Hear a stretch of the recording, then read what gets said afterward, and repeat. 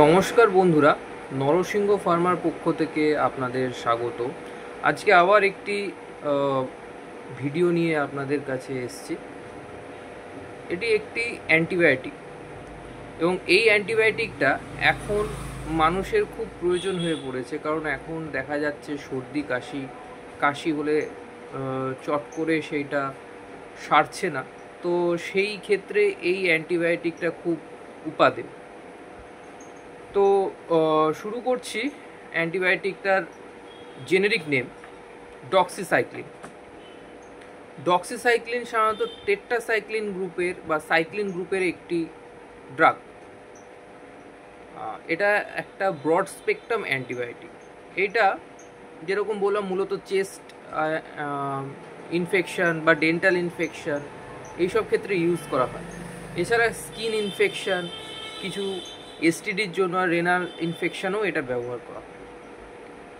এইসব ওষুধের কিছু সাইড এফেক্ট আমাদের জেনে নিতে হবে, এবং খুব কমন সাইড এফেক্ট যেগুলো আছে সেগুলোর মধ্যে জিআই ইনফেকশন, বমি হতে পারে, জন্ডিস হতে পারে ওভার দ্য পিরিয়ড যদি অনেক দিন ধরে এটা ইউজ করা হয়।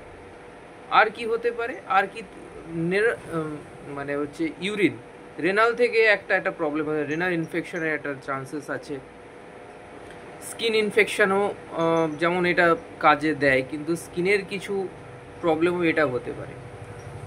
বাজারে এই ডক্সিসাইক্লিনের অনেকগুলি ব্র্যান্ড অ্যাভেলেবেল আছে। তাদের মধ্যে সবচেয়ে বেশি যেই ব্র্যান্ডটি আমাদের সমস্ত ওষুধের দোকানেই পাওয়া যায় সেগুলির মধ্যে হচ্ছে ডক্স SL100, আর ডক্স ডেল LB, ডক্সি 1L আর মাইক্রোডক্স।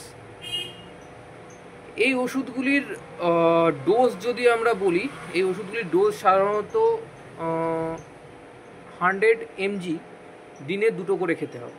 5 দিনের ডোজ হয়।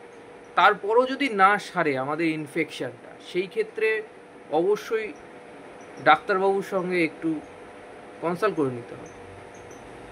ধন্যবাদ। আজকের মতো এইটুকুনি। আমার এই আরও ভিডিও পেতে আমার চ্যানেলটিকে সাবস্ক্রাইব করে পাশে থাকা বেল আইকনটিকে আপনি প্রেস করে দিন, যাতে পরবর্তীকালে কোনো ভিডিও আপলোড করলে আপনারা যাতে সবার আগে দেখতে পাবেন। ধন্যবাদ।